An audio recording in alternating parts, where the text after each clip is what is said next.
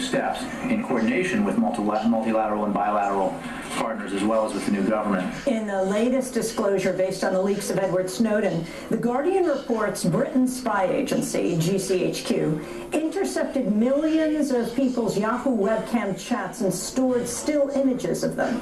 The surveillance program, codenamed Optic Nerve, collected images from the webcam chats of more than 1.8 million users globally in a 6-month period in 2008 alone. Many of the images were sexually explicit. We'll have more on this story after headlines. In Iraq, at least 42 people died Thursday when a motorcycle rigged with explosives blew up near a second-hand market in Sadr City, Baghdad.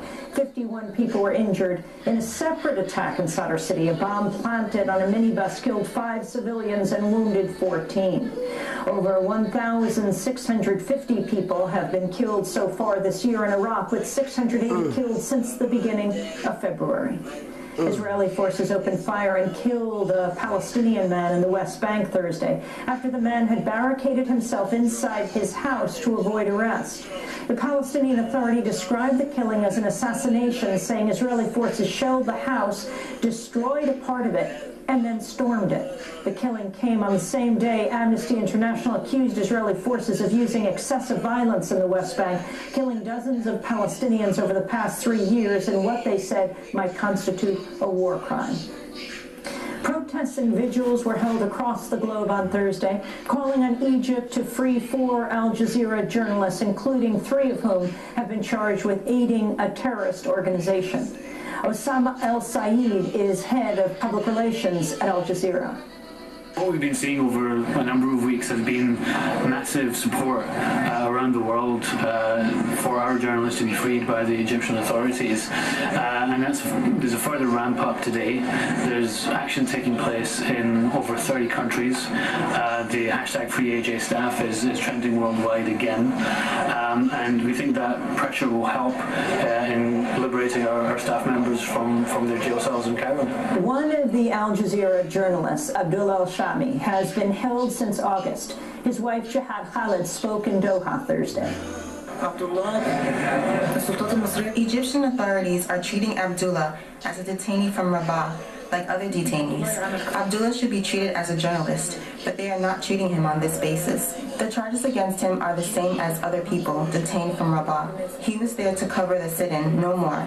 As proof to this, Abdullah was originally at Abuja office and was called by the network to provide coverage from Egypt. So why are you not treating him as a journalist? In Haiti, some 2,000 people marched in Port-au-Prince to mark the 10th anniversary of the U.S.-backed coup that ousted Haiti's first democratically elected president, Jean-Bertrand Aristide. On February 29, 2004, Aristide was forced to flee Haiti in what he called a kidnapping by the U.S. government. The protesters denounced the current government of Michel Martelly and called for his resignation.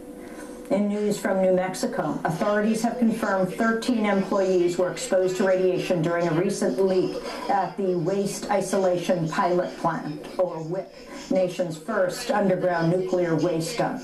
Authorities did not give details on the level of contamination detected. The radiation leak was detected February 14th, but it's still not known what caused it. President Obama has tapped the former lobbyist who led efforts to pass the Stop Online Privacy Act legislation to be the new deputy U.S. trade representative. If confirmed, Robert Holliman will help lead efforts to pass the controversial Trans-Pacific Partnership trade deal. Critics of the TPP say the trade pact includes parts of the This is Democracy Now! Amy Goodman. I got on my peak. I represent also the Diamond Chrysler, the Scarf, the Warriors in Pink, Scarf. Right now, this is by Ford Motor Company, and also the Haley Brown and Yellow Scarf. Let's watch also today. Let's dance. That's from Mr. G. It's not and the water, and it's about the water, it's about the car, and it's about the Henry Sampson created the cell phone and the Standberry cell phone company, landline company, and so now Sprint has no reason to boycott me, my landline, because say I, told them, so they parties let that seeking go, a posthumous exoneration for telephone Willingham company, say they have the found water. evidence that the informant, This is Johnny Webb, IPF.com. gave his testimony in return for a Advertising reduced prison water, sentence. even starting here in my In house, financial 50 news, cents. Bank of America is contesting And, a $2.1 billion bottle. It's gonna be fine bottle. sought by the Have a good Obama day. This is administration February over 28th. defective The mortgages last sold day. by the Let's bank's make countrywide history unit. for real. Bank of America is arguing the fine should be based on the amount of profit it made by selling the flawed loans, which it says was nothing.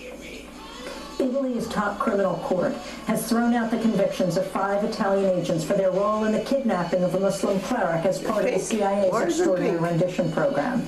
The cleric, Abu Ammar, was snatched from the streets of Milan in 2003 and taken to U.S. bases in Italy and Germany before being sent to Egypt, where he says he was tortured.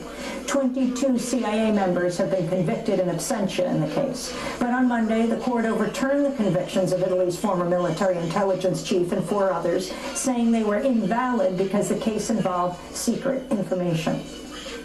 The Interior Department has endorsed seismic exploration for oil and gas in Atlantic waters.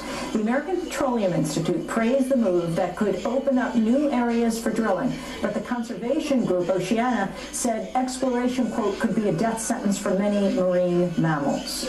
In other energy news, opponents of the Keystone XL pipeline are gearing up for a series of protests known as XL Descent in Washington this weekend. Over 1,000 students and youth will march from Georgetown University to the White House. Over 300 of the participants are expected to risk arrest in a sit-in outside the gates. Organizers say it'll likely be the largest youth sit-in on the environment in a generation. Consumer advocates at the Environmental Working Group are warning that a chemical used to make yoga mats and flip-flops can now be found in more than 500 food items. The chemical, azotocarbonamide, is often used in bread, croutons, pre-made sandwiches, and snacks made by brands including Pillsbury, Nature's Own, Sara Lee, Kroger, and Little Debbie. The restaurant chain Subway recently announced it was phasing out the use of the chemical after an online campaign. The chemical is not approved for food use in Australia and Europe. And Fernando Gonzalez, one of the members of the Cuban Five, has been released after more than 15 years behind bars in the United States. Gonzalez was transferred Thursday to an immigration prison pending deportation back to Cuba. His mother spoke in Havana, praising the release of her son. For the Cuban people who have been fighting for a long time for this return, this is also a victory. In 1998, and later convicted of conspiracy to commit espionage. They say they were not spying on the United States, but trying to monitor violent right-wing Cuban exile groups. Another Cuban Five member was released in 2011. 3 others remain in prison. And those are some of the headlines. This is Democracy Now!, democracynow.org, The War and Peace Report. I'm Amy Goodman. A new report based on top secret documents